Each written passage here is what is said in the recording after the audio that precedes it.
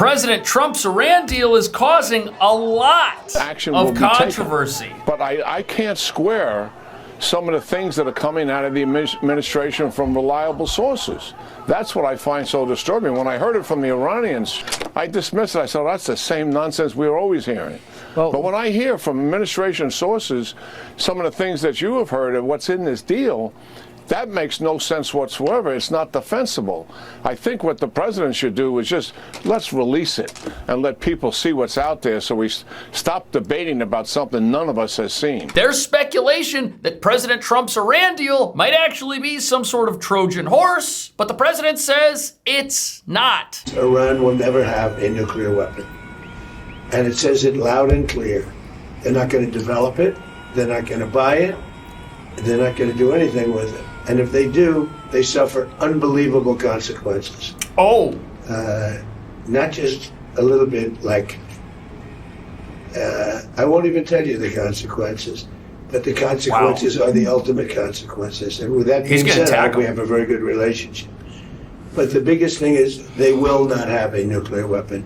And that's the reason I got in, and that's the reason I agreed to sign.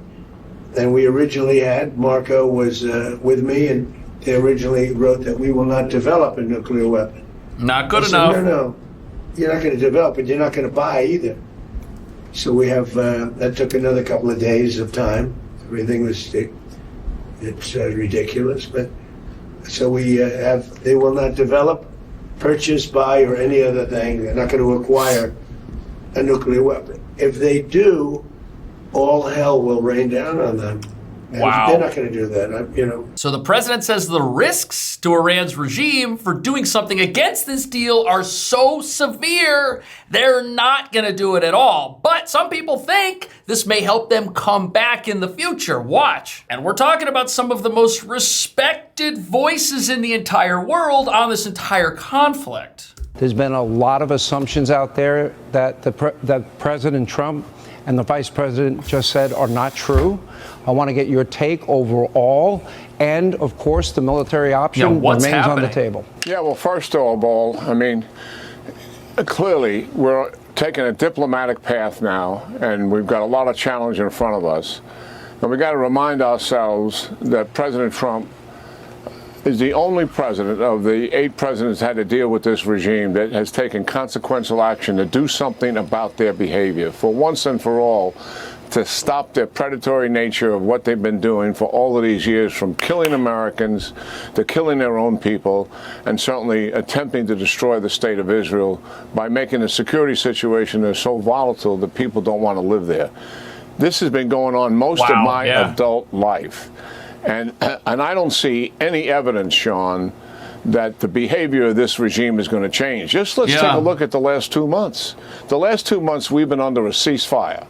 And what has the regime's actions been? Well, they've been attacking in the Straits of Hormuz with drones and missiles, and we've had to respond. And they've attacked U.S. bases, and they've attacked our allies and partners, all under the ceasefire.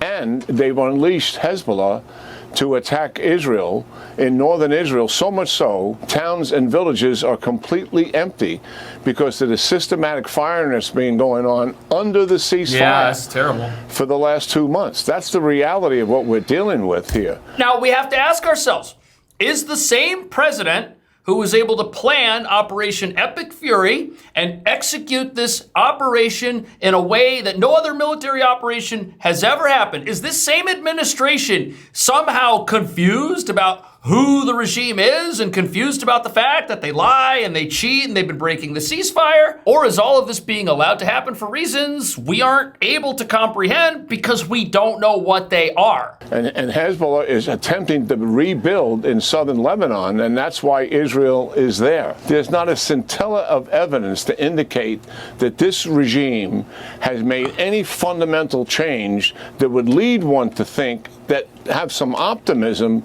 that maybe there will be a behavior change. What they are masters at is telling a story about willingness to make a deal and make change. I'll agree with that.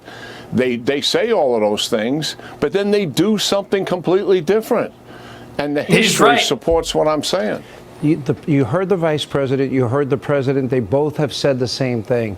If, in fact, they do not abide by the agreement, the bombing begins again. That option is always there. And you have to ask yourself, the general's right. There is no evidence that these folks have changed. There is no evidence that they're going to abide by this. There is evidence that they're going to say one thing and do another. Is that something the president doesn't know about? Is the president putting this deal on the table, saying that it's been signed, knowing that it will be violated so that something else can happen and so that this conflict restarts? Or is Trump walking into a deal worse than the Obama deal? So that then becomes their binary choice, does it not?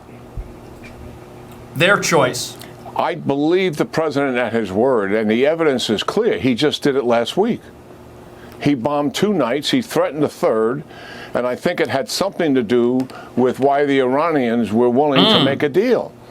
And I believe if they renege on this deal, and action will be taken. But I can't square some of the things that are coming out of the administration from reliable sources. That's what I find so disturbing. When I heard it from the Iranians, Sean, I dismissed it. I said, oh, that's the same nonsense we were always hearing. Well, but when I hear from administration sources some of the things that you have heard of what's in this deal, that makes no sense whatsoever. It's not defensible. I think what the president should do is just let's release it and let people see what's out there so we stop debating about something none of us has seen. And that's the whole issue right here. We have a deal that people are talking about, but how do you scrutinize a deal if it hasn't been put out there and the full text isn't available? But maybe that's why the full text isn't out there yet. Maybe the reason the president wants to read it to the country himself is so that everybody hears it straight from him. But I'll not only release it, I'll probably have a press conference and read it to you word by word so that the press covers it accurately. Interesting. Because it's a very important document, and unlike Obama, who could have destroyed the Middle East with a horrible JCPOA, it is the worst agreement. That was a road to a nuclear weapon. Mine is a wall against a nuclear weapon. I mean, I see these people say, but we already had one. That was the words. He paid a fortune for it. We paid nothing. So, interesting point here. Trump knows if he releases this deal, or if it gets out, people are going to try and rip it to shreds before it's even in, and nothing may happen. There is major political willpower to stop this deal from happening. Perhaps that's why it's not out there yet. Perhaps the president wants to sit down and read it to the entire country so we can all hear it from him first before people do the predictable shredding of this entire thing. Maybe that's why it's so frustrating to wonder what is in this thing and whether or not it empowers this regime and what's even going to happen to them. You got the assurances from the vice president tonight, and the president has given the same assurances. So I don't know how that really changes the equation, except in the short term, and then they get nothing unless they follow up on their, quote, promises that they are making.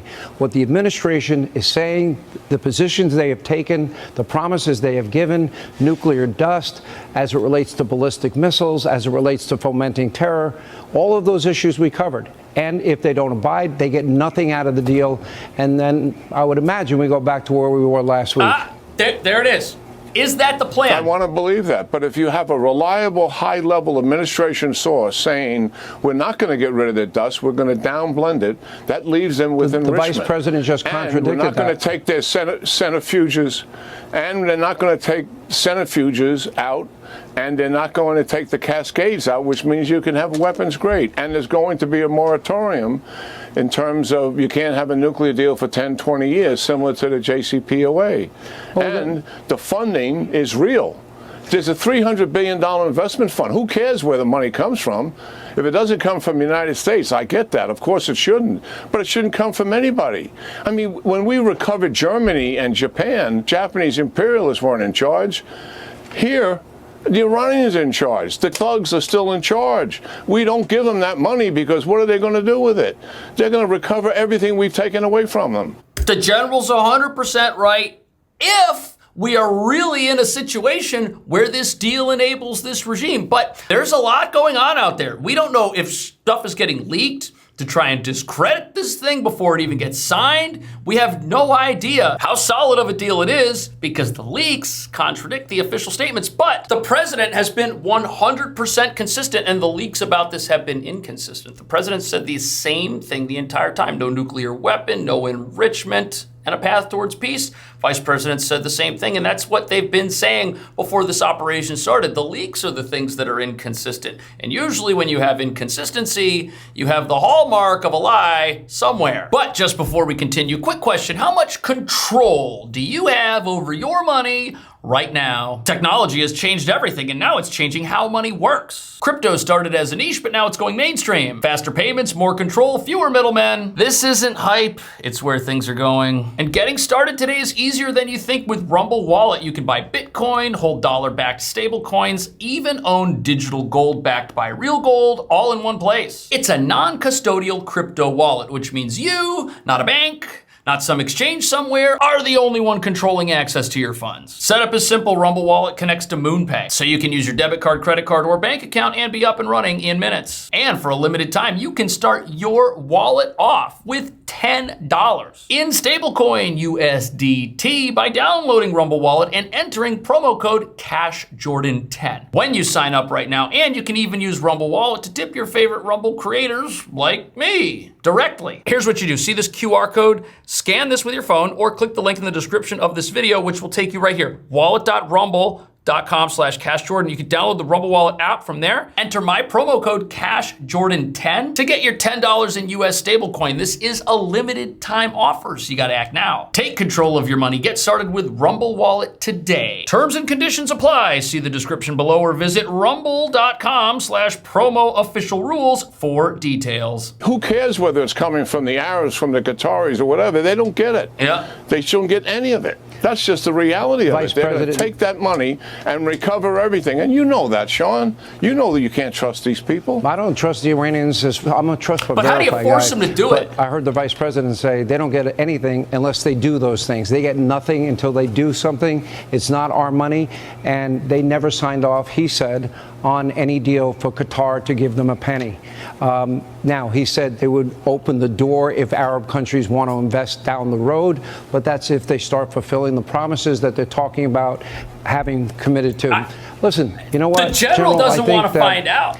Reagan had the best line of all. Trust but verify. We'll know very quickly.